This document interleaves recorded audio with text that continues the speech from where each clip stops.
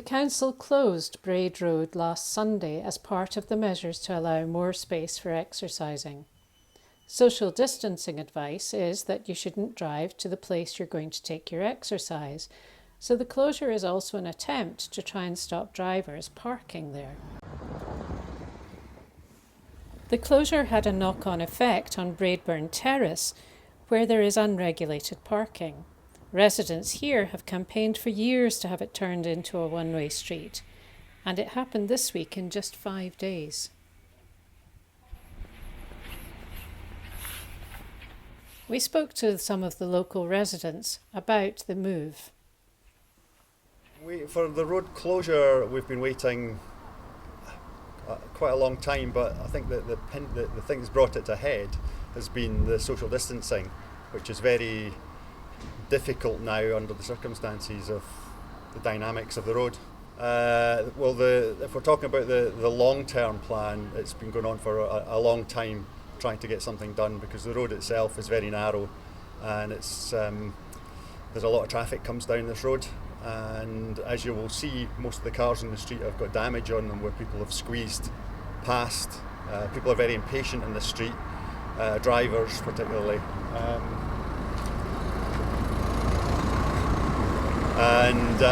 The traffic is very busy, and there's a lot of pedestrians and cyclists as well that use the road.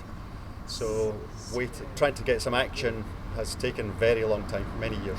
Well, before Braid Road closed anyway, with social distancing measures, it's very difficult for people to maintain 2 metres. As you will see, the pavements are less than 1.5 metres wide on one side, less than 2 feet on the other side, which means that anybody that's walking along the road, to actually keep 2 metres when passing, means that you have to step into the road.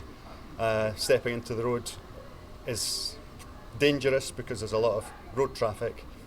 The closure of Braid Road on Sunday past meant that all the traffic that would normally go up Braid Road were channelled down Braidburn Terrace.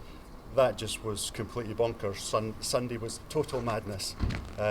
So at that point, I think that became the catalyst for some action to be done in Braidburn Terrace.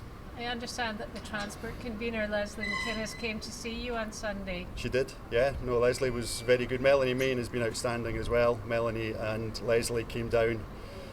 They watched the way that people had to move, particularly walking.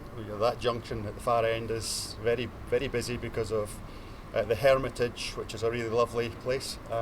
Braidburn Valley Park is at the other end of this road, so this is a link between the two, and the number of people using the road to try and enjoy the parks has increased, but at the same time the traffic has increased.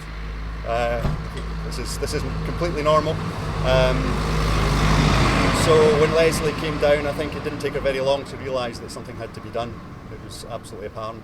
So it all moved quite quickly since then. It's an improvement. It's not really enough, because it's still quite difficult, and there's still going to be an awful lot of traffic come along this direction, and it still makes it quite tricky to try and keep a distance. That's the whole thing, is for people to be safe.